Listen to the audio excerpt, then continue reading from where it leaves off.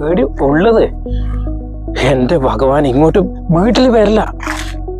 വീട്ടിൽ വന്നു കഴിഞ്ഞാൽ ആകെ ചൊറയാവും, വൈഫ് അടക്കം സീനാവും. ഞാൻ പറയുന്ന ഒന്ന് കേക്ക്.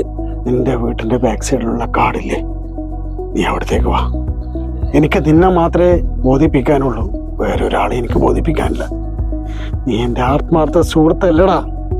നീ ഇങ്ങോട്ട് വാ. ഞാൻ വരാം, ഞാൻ ആ മരത്തിന്റെ അടുത്തേക്ക് വരാം.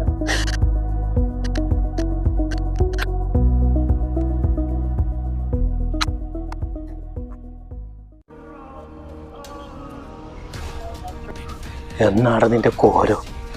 പക്ഷേ നിനക്കെന്നെ വിശ്വാസമില്ലല്ലേ? എനിക്ക് വിശ്വാസമില്ലായിട്ടല്ല, ഈ നാട്ടുകാർ തെച്ചു നിന്നെ വെറുത്തു.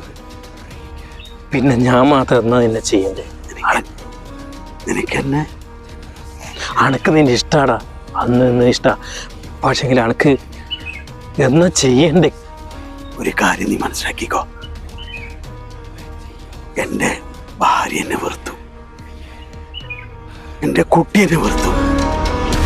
പക്ഷേ കുടുംബം വെറുത്തോട്ടെ, എല്ലാരും വെറുത്തോട്ടെ, നാട്ടുകാർ വെറുത്തോട്ടെ, പക്ഷേ നീ എന്നെ, ഞാൻ നിന്നെ സ്നേഹിച്ചു കഴിഞ്ഞാല് വീട്ടുകാർ എന്റെ കുട്ടികൾ എന്നെ വെറുക്കോടാ. നീ എന്നെ വിട്ടു കഴിഞ്ഞാൽ ഞാൻ ഇല്ലാതായി പോവും. എനിക്കെന്താ ചെയ്തതെന്ന് അറിയില്ല. എന്റെ ഓളും മക്കളും അതല്ലടോ എന്റെ ജീവിതവും. അനക്കതല്ലടോ എന്റെ ജീവിതവും. ഞാൻ പോട്ടെ. നീ പോയിക്കോ. അത് ചെങ്ങായിമാർ വിളിക്കുന്നുണ്ട്, എടുക്കട്ടെ. ഒന്ന് പോകത്തില്ലേ? ഓഹോ, രതീശൻ ജയിലിൽ നിന്ന് ഇറങ്ങിയിട്ടുണ്ട്. ആരാ പറഞ്ഞേ? ഇല്ല, ഇപ്പോ വീടൊക്കെ ഉണ്ടേ. മുരുക ചൊറയാവുക സഹായിക്കാണ് എന്റെ ചെങ്ങായില്. പക്ഷെ ഓൻ തെറ്റൊന്നും ചെയ്തിട്ടുണ്ടാവൂല. എന്റെ ചെങ്ങായില്ലേ നീ? നമുക്കൊക്കെ പോവാം. രാജേഷേ, അവസാന ഘട്ടം നിന്നെ നിനക്ക് കാണണം.